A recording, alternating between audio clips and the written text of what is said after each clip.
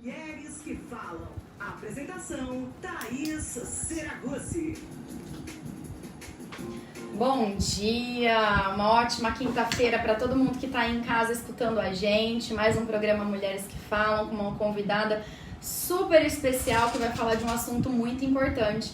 Nossa convidada de hoje é a psicóloga Helenilda Furini. A gente vai falar de um assunto que está sendo comentado em todos os lugares. Essa pandemia, todo mundo ansioso, todo mundo encarando um mundo novo. E as crianças, Helenilda, como que fica a cabecinha das crianças? As crianças estão ansiosas ou os adultos estão ansiosos, estão com falta de paciência com a criança ou as duas coisas? Bom dia a todos, com alegria que eu tô aqui, muito obrigada pelo convite. Thaís, eu acredito que todos nós, né? E os adultos acabam influenciando no comportamento das crianças, essa questão da ansiedade, de como levar tudo isso que nós estamos vivendo, esse tempo atípico, acaba influenciando sim, porque a criança copia, né? Criança é muito visual. E aí tem toda essa história de ausência de aula, ausência da aula com a criança na escola, a presença física da criança da escola, você transmitindo online a aula para a criança. Agora essa história de volta às aulas, mas na verdade nada a ver com aquilo que as crianças viviam antes, todos os dias na escola, os dias são alternados, as horas são alternadas. Isso a gente pensou que ia voltar ao normal, mas ainda não vai acontecer e esse ambiente acaba ficando mais ansioso ainda. Tá todo mundo angustiado, eu falo que a palavra é essa. Eu costumo dizer que para nós, assim, a gente que tem um cérebro mais completo, a gente costuma, todo mundo tá ansioso, tá angustiado, mas a gente vai. Para as crianças é mais difícil, né? Por conta dessa demanda que elas não conseguem entender muitas coisas. As crianças têm uma necessidade de movimento muito grande, têm necessidade de estar com outras crianças, né? Então, muitas acabam adoecendo, porque a minha filha, outro dia, a gente viu um documentário, ela, mamãe, eu não aguento mais ficar em caixa, eu saio dessa caixa, agora eu vou pra outra caixa. Ela já conseguiu dividir a vida dela em caixas. É um documentário que fala sobre natureza, que a gente fica muito em caixas, né, presos. Esses dias eu ouvi um áudio também de uma pequenininha de 5 anos falando: papai, eu não estou bem porque eu não posso ir pra escola. Eu falei, olha só. Dá uma dó, né? A própria criança já tem a percepção de que ela não está bem e quer voltar pra escola. As crianças querem voltar pra escola. Sim. Essa questão, assim, muitas pessoas me perguntam: Helenilda, o que eu faço? Eu costumo voltar assim: o que você quer fazer? O que você sente? Né? Porque assim, cada um sabe o que ele vai sentir mandando o filho para a escola, né? Então a gente não pode ficar dando um pitaco se é muito particular, se a mãe vai se sentir segura, se ela vê que o filho tá bem de saúde, então é muito particular. A gente ouve muito falar que a depressão é a grande doença, o grande mal do século XXI. A ansiedade, ela antecede a depressão? Sim, né? E para identificar, criança é mais agitada, criança é mais imediatista, a criança ainda não consegue processar início, meio e fim, ela quer as coisas um pouco mais rápido. Como identificar se isso é um comportamento natural, um processo natural da criança, ou se já é uma questão de ansiedade? Então, é assim. A ansiedade é um processo natural de todos nós e ela é importante até para nos proteger de muitas coisas, né? Na criança também. Agora, quando o comportamento atrapalha o desenvolvimento da criança, o desenvolvimento com outras crianças, social, aí sim que tem que ter um olhar, né, para ter uma intervenção, né? Aquela ansiedade, muitas pessoas têm uma ansiedade maior do que outras, mas sabe lidar, trabalha normalmente, não tem prejuízos no dia a dia. Assim também é com as crianças, né? E aquela criança, você me perguntou, como que identificar? Geralmente, aquela criança que fala, é tudo 880 para ela, né? Ela não consegue ter um meio, assim, ou é ou não é, né? Ela fala muito, ela repete muito as coisas, isso é sinal de ansiedade. Existe uma faixa etária em que isso acontece mais, em que há maior probabilidade, em que o processo de desenvolvimento da criança acaba desencadeando, ou não? Pode acontecer em qualquer fase da vida infantil? Em qualquer fase, porque até bebê tem ansiedade de separação, né? Em qualquer fase. Só que assim, os menores, eles não falam. Então, eles passam o que eles estão sentindo através do comportamento. Por isso que é importante a gente estar atento a qualquer mudança comportamental nas crianças, né? Alteração no sono, a criança muito irritada, ela muda a alimentação ou come demais, fica comendo o tempo todo, não, ou às vezes brincava, agora não quer brincar mais com ninguém. Ela tem essas alterações. Ela nunca vai chegar na gente e falar, não tô bem, eu tô sentindo alguma coisa que eu não sei. Ela não vai falar.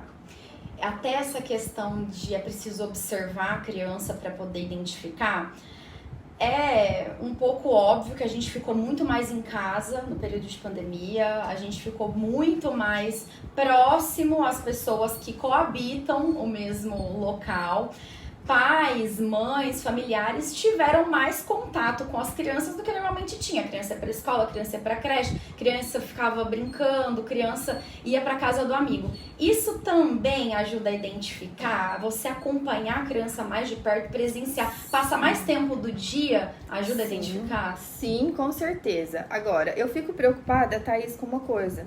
A minoria das crianças, assim, ficou em casa, né, com os pais, mas a grande maioria das crianças ficou em algum outro lugar, que vai saber, né, onde que elas ficaram, na casa, às vezes, de um vizinho.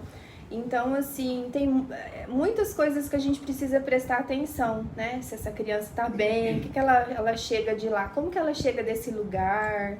É muito importante. É importante saber identificar de onde vem essa ansiedade. De onde vem a ansiedade infantil? De vários fatores, né? Pode ser genética, pode ser também por ansiedade dos cuidadores ou dos pais. Pais muito ansiosos, os filhos aprendem, né? Desde pequenininho. Começa a imitar, vamos dizer assim. Tem também a questão da carga genética e mudanças muito bruscas, igual a gente teve esse ano, é um fator que pode levar à ansiedade infantil. Do nada, assim, todo mundo parou, né?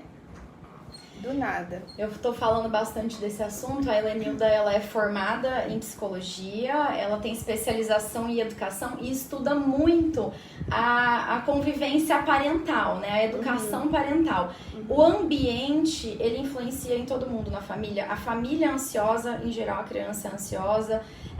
Isso vem dos pais para os filhos ou também dos filhos para os pais? Tem uma via de mão dupla ou é mais de um lado do outro? Tem, só que não é uma regra, Thaís, porque assim, a gente sabe que criança, ela aprende por imitação, por, né, tá olhando. Se ela tem os pais extremamente ansiosos, que cobram muito, que tá falando, ela vai aprender porque ela tá insegura também, né? Mas pode acontecer dela não ser ansiosa. A gente tem que entender que tem casos e casos. Tem criança que tem pais extremamente ansiosos e não são. Não é uma regra, mas a maioria influencia sim. Nesse ambiente, como identificar se essa ansiedade é um processo natural, é um processo que a criança vai passar por ele, depois passar para outra etapa, ou se é uma questão patológica? Como identifica isso? Então, porque assim, quando é patológico, a gente tem que prestar atenção na intensidade. Né? Se muitas vezes que a criança tem aqueles comportamentos de irritação, que você percebeu que ela não era daquele jeito, ela teve uma mudança, foi só um dia? Uma vez na semana? Qual que é a intensidade que ela está apresentando? É muito frequente? Ela não quer mais sair em público? Ela tem todos os sintomas, né, de taquicardia, fica toda transpirada, como que é? Então, às vezes, a mensagem mais importante, a gente precisa prestar atenção nos nossos filhos. como que eles estão, né? Por quê? Porque eles não vão falar, a gente tem que observar o comportamento. Se você vê que tá com muita intensidade, mudou a rotina da criança, aí sim tem que buscar ajuda para um profissional te orientar, né? E ver como que vai levar essa demanda. A tendência nossa com qualquer outra pessoa, a gente olha o outro, identifica alguma coisa que acha que não está normal, que acha que não está bom, é reprimir, né? Não é abrir o diálogo, não é se colocar à disposição, é reprimir. Qual que é o efeito disso na criança? Então, você deixa de ver muitas coisas na criança porque você quer modelar ela do seu jeito. Quando você reprime, você impede ela de fazer alguma coisa que ela tem vontade de fazer, né? Eu costumo dizer que dentro da parentalidade consciente, as pessoas confundem com permissividade, que a criança pode fazer tudo isso. Não é isso, não é isso. É você ter um respeito por aquele ser que está em desenvolvimento e que ele não funciona como você. E que você que é adulto, que você tem que ter esse olhar para perceber. Muitas vezes a gente acha que a criança vai ser muito parecido com todo mundo que ela convive. Nem sempre, pode acabar sendo um ser diferente, com vontades diferentes daquele ambiente particular que ela vive. Sim, porque assim, cada um de nós tem um temperamento, né? A gente vai para um rápido intervalo e a gente vai falar um pouquinho mais sobre parentalidade consciente. Isso tem sido falado muito, não é? A questão da percepção do outro dentro do ambiente familiar e a responsabilidade de todas as pessoas na casa pelas consequências de tudo que acontece no ambiente familiar. A gente volta já com essa psicóloga. Ai, tá vendo? Estamos apresentando Conclui e salva. Conclui. Então. Aí vai pedir pra salvar. Autoelétrica Modelo. Serviço de autoelétrica e mecânica em geral. Sistema de injeção eletrônica. Atendimento 24 horas. Serviço rápido.